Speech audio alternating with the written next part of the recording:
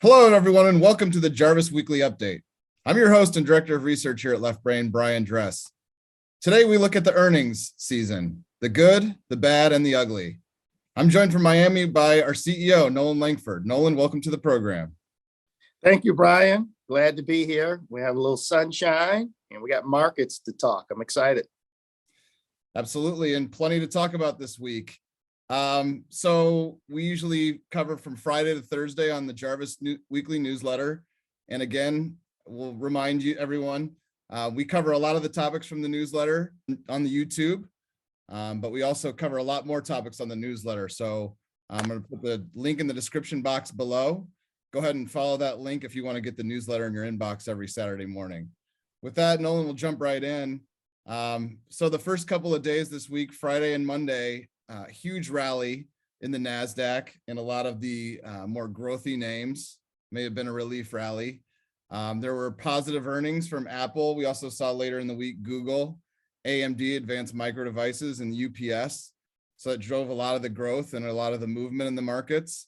But we also saw a steep reversal yesterday, Wednesday, after bad earnings report from Facebook and also from Spotify. So Nolan, before we dig a little deeper into the earning reports, what are your overall thoughts on this week's action? I would say very choppy to say the least. You nailed it. Going into last week on Friday, the markets were looking weak. And toward the end of last week, we strengthened. We followed that up early this week, which is a really good sign. But as you mentioned, we did get some really crucial earnings from the companies that you mentioned. AMD stands out to me, and Google stands out. You mentioned the UPS news, and unfortunately, the market couldn't hold those gains. So it's been an interesting time. This is the busiest week of earnings for the S&P this week.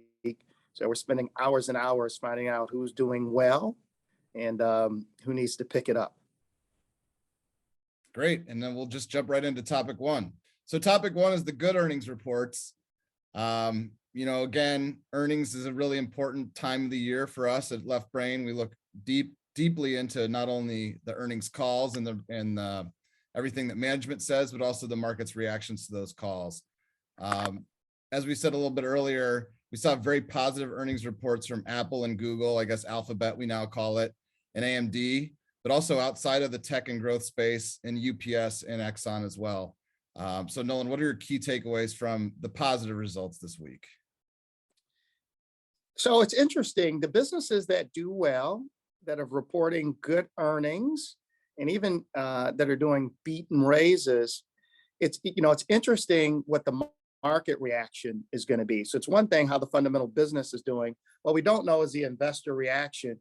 And even though a company may have good earnings, we have no idea what the market in this environment is willing to pay for those earnings. And that's why we're seeing these sort of mixed reactions upon the earnings release. What I will say is one of the things that sticks out to me a lot within the growth space, it's really a mixed bag. And it's hard to predict who's going to report good numbers and get a good reaction and who's not. It's been tough. But one of the things that we've learned, it's pretty consistent. If you're in the energy space, you're going to have unbelievable numbers. Just taking a look at ExxonMobil, really, which is the face of oil, and you take a look at those earnings, I believe you can go back 10 years before they had a quarter as profitable as the one they just had. So that really stood out to me.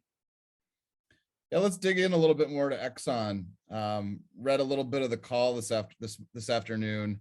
I saw they generated $48 billion in operating cash flow, while also saving $5 billion on CapEx over what they expected. So also able to pay down $20 billion in debt and delivered $23 billion in GAAP earnings. So pretty impressive there. Is there a read through from Exxon to other parts of the market for you? Within the energy space, there was one surprise. So you're right with the Exxon call. These E&P companies, exploration and production is what we call them for the viewers. It's very interesting. They had a near-death experience. They've had a few over the last 10 years since oil prices peaked at 140 a barrel over a decade ago. They've had a few near-death experiences, the most recent one being COVID, and before that, 2014. But the COVID one in April of 2020 was, I think it was really shocking to a lot of people in the oil business because oil prices actually went negative. And so what do you do with your product when you have to pay people to take it? And it was a forcing event for the industry. And it really forced them to have a lot of discipline. And they're not relinquishing that discipline. What discipline do we mean? Well, they're not increasing production. They're not spending a lot more money looking for new oil. The fields that they have, they are tapping them. And through that near-death experience, it forced them to be very efficient operators, to look for more cost savings. And now that the oil prices is better, they're not relenting. And you're going to see them continuing to gush free cash flow. And what really stood out to me, a lot of these oil companies, Brian, you and I have been talking about this in the office, and Freddie as well, is their break-even costs have continued to fall. And the break-even cost for a company like Exxon now is below $40 a barrel. It's unbelievable. Also, we've said around the office, Exxon and other oil companies, it's a capital return story. And I want to take it back to Apple.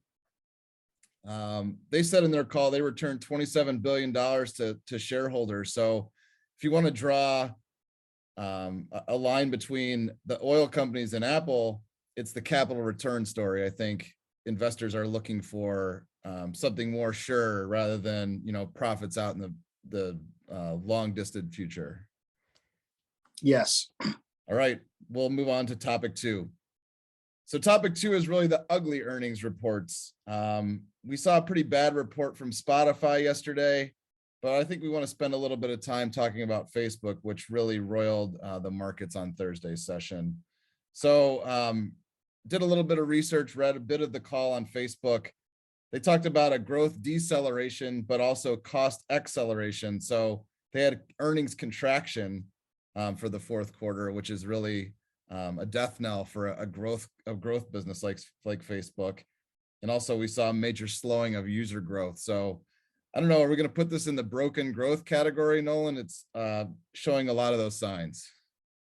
Yeah, and before earnings, yours truly, this was a story that I was attracted to for a lot of reasons, valuation being one, dominant social network that's going to be with us for a while, unmonetized digital properties. The shares had already been weak. This reaction really surprised me. Well, the report surprised me. Anytime you're reporting deceleration, increasing cost, and declining users, it's a triple Lindy. You're not going anywhere there. And so that sort of did surprise me. Now, you mentioned broken growth. Eventually, it's interesting. These shares may eventually become a value. It may become a value stock, at some point. Remember, Facebook is cash rich. They have no debt. They were in the middle of buybacks, and they have a lot of money to invest in their business to re-accelerate growth. So it'll be a name that will probably grab the market's attention. And if it pops up in some of our work, we'll look at it again as well. But for right now, clearly they're in the penalty box. And speaking of the penalty box, I want to mention 3 names that I think are all kind of in the same boat. Facebook's one of them, Meta.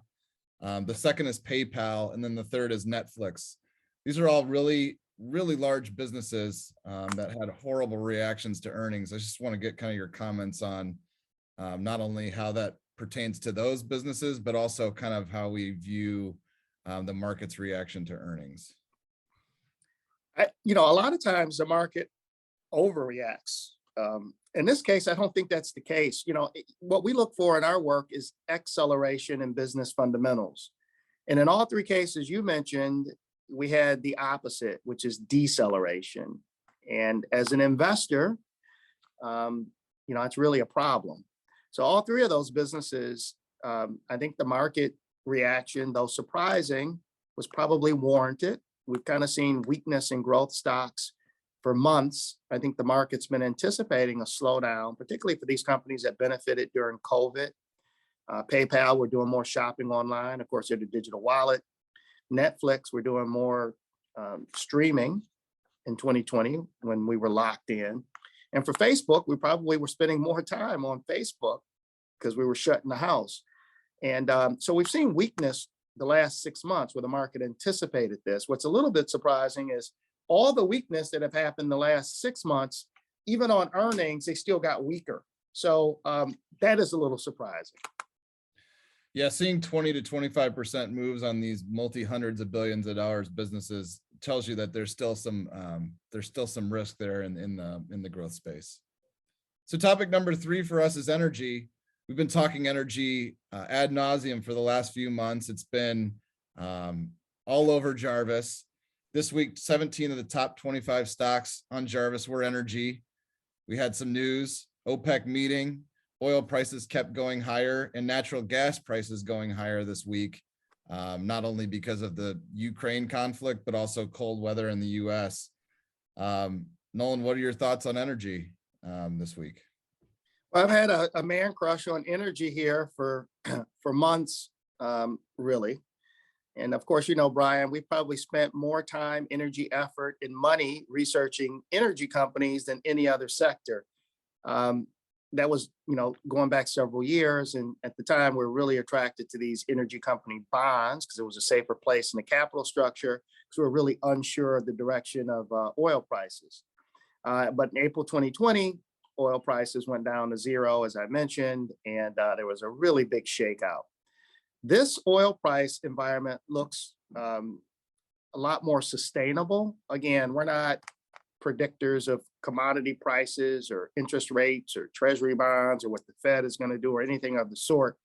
We tend to follow the fundamentals. And if you take a look at supply and demand, whether it's OPEC curtailing supply, whether it's the underinvestment in our energy fields, or whether it's the edict coming from the White House to be a lot more environmentally friendly. I think what a lot of people don't understand is we need oil to operate. You need it to, you know, to fly any place in the country, to drive, to heat homes, asphalt. I mean, you need energy, and as responsible as people want to be, the alternative sources just aren't going to do it.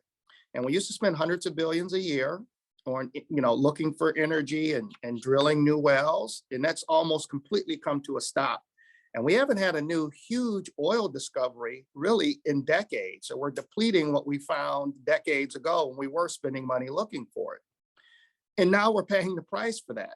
And I think people think, hey, if prices go up, well, we're just going to tap wells and bring it on the market.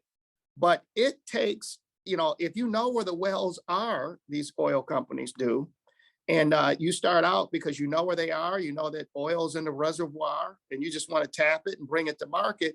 You're talking months, not days, not weeks, and not 2-3 months. You're talking about 6 months or more.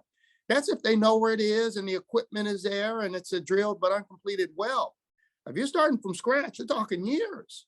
But that is the backdrop. I think people have the story wrong, which is why we have confidence that oil prices are pinned. We're not forecasting they're going to shoot to 140 again like they did, was it 08 or something? That's not what we're predicting. However, I would be shocked if oil prices go below, you know, $50 or so over the intermediate term.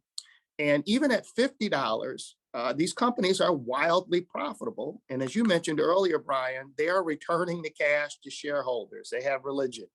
We ought to mention that demand is back for the most part in the energy business, and supply is tight. So those two things together create a difficult or an environment that's going to make prices go higher. And with break evens as low as they are, I think it's very favorable for oil companies. So again, click the description below to get signed up to receive the newsletter if you're not already doing so. We're going to cover a few more earnings reactions, a look at high growth stocks over the last 5 years to give you context of current prices. So all that and more in the Jarvis newsletter this week. Thanks again, Noland, for being with us, and thanks to our listeners. And Noland, any final thoughts?